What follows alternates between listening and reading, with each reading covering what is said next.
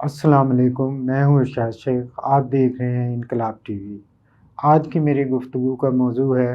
Cipher case اور election کا انعقاد۔ آج کی سائفر کیس کے حوالے سے دو اہم پیش رفت ہیں۔ ایک یہ ہے کہ اسلام آباد ہائی کورٹ نے سابق وزیر اعظم عمران خان کی درخواست پر ایف آئی اے اور سابق سیکرٹری داخلہ کو نوٹسز جاری کر دیے ہیں۔ عمران خان نے حکم امتناعی کے لیے اسلام آباد ہائی کورٹ سے رجوع کیا تھا کہ جب تک ان کا اس حوالے سے اسلام آباد ہائی کورٹ میں کوئی فیصلہ نہیں ہو جاتا تو اڈیالہ جیل میں جو سائفر کیس کی سماعت ہو رہی ہے اس پہ حکم امتناعی جاری کیا جائے، اسے روک دیا جائے۔ اسلام آباد ہائی کورٹ کے چیف جسٹس میاں گل حسن اورنگزیب نے عمران خان کی درخواست پر ایف آئی اے اور سابق سیکرٹری داخلہ کو نوٹسز جاری کر دیے ہیں، کیونکہ اس کیس میں جو شکایت کنندہ ہیں وہ سابق سیکرٹری داخلہ ہی ہیں۔ دوسری جانب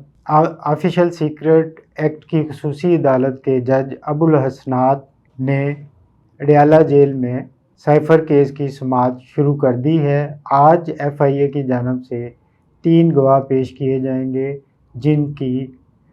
بیانات قلم بند ہوں گے۔ اس موقع پر عمران خان کی بہنیں اور شاہ محمود قریشی کی فیملی بھی اڈیالہ جیل میں موجود ہوگی۔ یہ تو ہے سائفر کیس کا معاملہ جس میں 2 جگہ پر سماعت چل رہی ہے۔ جو اڈیالہ جیل میں سماعت چل رہی ہے اس سے تو یوں لگتا ہے کہ جیسے عدالت جلد از جلد اس کیس کا فیصلہ کرنا چاہتی ہے اور بہت جلد اور بہت تیزی کے ساتھ اس کی سماعت کرتے ہوئے الیکشن سے قبل ہی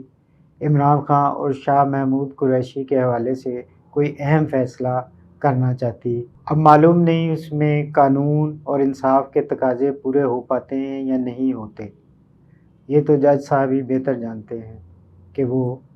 کیا کرنے جا رہے ہیں۔ عام طور پر ایسے کیسوں میں اتنی تیز رفتاری دکھائی نہیں دیتی جتنی عمران خان کے کیس میں دکھائی دے رہی ہے۔ دوسری جانب مسلم لیگ نون کے سربراہ میاں نواز شریف کی العزیزیہ کیس میں بری ہونے کے ساتھ ہی الیکشن کمیشن کی الیکشن کے انعقاد کے لیے تیزیاں بھی دکھائی دینے لگی ہیں اور یوں لگتا ہے کہ ہر حلقے کو یہ یقین ہو گیا کہ 8 فروری 2024 کو الیکشن ہو کر رہیں گے اور میاں محمد نواز شریف چوتھی دفعہ وزیر اعظم بن کر رہیں گے۔ الیکشن کمیشن کی جانب سے جو بات سامنے آئی ہے وہ 17 دسمبر کو الیکشن کمیشن الیکشن شیڈیول کا اعلان کرے گا اور 18 دسمبر سے ہی کاغذات کی وصولی کا کام شروع ہو جائے گا، جبکہ الیکشن کمیشن نے اس کے لیے 54 دن مقرر کیے ہیں جو 8 فروری کو مکمل ہو جائیں گے۔ الیکشن کا عمل مکمل ہوتے ہی پورے ہو جائیں گے۔ جیسے ہی میاں نواز شریف کو العزیزیہ ریفرنس سے بری کیا گیا ہے ویسے ہی تمام سیاسی جماعتیں اور نون لیگ سمیت ان کی حلیف جماعتیں بھی الیکشن کے عمل میں پوری طرح سے داخل ہو چکی ہیں اور اپنی الیکشن کی تیاریوں میں لگ گئی ہیں۔ ان کے امیدوار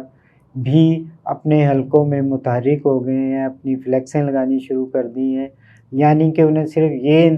یقین تھا کہ اگر نواز شریف صاحب بری ہو گئے تمام کیسوں سے تو الیکشن ہوں گے، اگر نواز شریف صاحب کی راہ میں کوئی قانونی رکاوٹ ہو گئی تو الیکشن بھی نہیں ہوں گے۔ یہ عجیب سا مذاق ہے کہ جو کام آئینی طور پہ ہونا چاہیے وہ شخصیات کی مرضی کی بنیاد پر ہو رہے ہیں۔ یوں ہونا تو یوں چاہیے تھا جیسے ہی قومی اسمبلی کی مدت پوری ہوئی اور جیسے ہی صوبائی اسمبلیاں تحلیل کی گئی تھیں ان کے 90 روز کے اندر اندر الیکشن کمیشن اپنی آئینی ذمہ داری پوری کرتے ہوئے الیکشن کروا دیتا، لیکن ایسا نہیں ہو سکا اور الیکشن کمیشن نے آئین کی کھلم کھلا خلاف ورزی کی ہے جس سے کسی طرح بھی چشم پوشی نہیں کی جا سکتی۔ اور اب بھی الیکشن کمیشن دکھائی یوں دے رہا ہے کہ وہ آئین اور قانون کے مطابق چلنے کی بجائے کسی ادارے کی، کسی شخص کی، کسی قوت کی مرضی کے مطابق چل رہا ہے۔ اس میں آپ دیکھ لیں کہ پاکستان تحریک انصاف کو کسی طرح بھی لیول پلینگ فیلڈ نہیں دیا جا رہا۔ الیکشن کمیشن نے اگر انٹرا پارٹی الیکشن غیر قانونی قرار دیے تو تحریک انصاف کے انٹرا پارٹی الیکشن بھی اسی طرز پر ہوئے ہیں جس طرز پر مسلم لیگ نون ہمیشہ سے اپنے انٹرا پارٹی الیکشن کروا رہی ہے اور جس طرح سے پیپلز پارٹی کے انٹرا پارٹی الیکشن ہوتے ہیں۔ اگر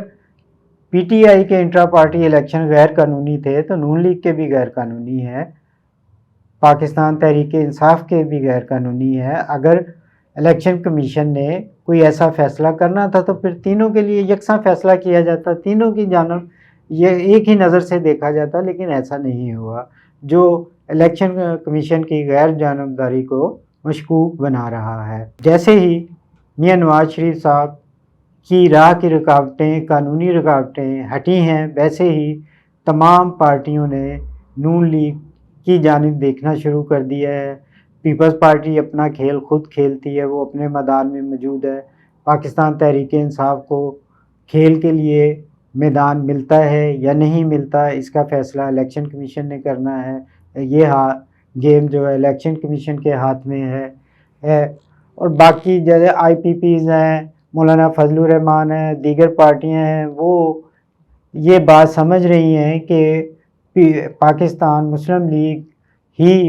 اس وقت فیورٹ جماعت ہے ان حلقوں کی جن حلقوں کا اثر حکومتیں بنانے اور حکومتیں توڑنے میں ہوتا ہے، لہٰذا یہ تمام پارٹیاں سیٹ ایڈجسٹمنٹ کے لیے یا دوسرے معاملات کے لیے نون لیگ کی طرف دیکھ رہی ہیں۔ آئی پی پی نے بھی نون لیگ کی طرف ہاتھ بڑھا دیا ہے کہ ان سے وہ سیٹ ایڈجسٹمنٹ چاہتی ہے۔ اس صورت میں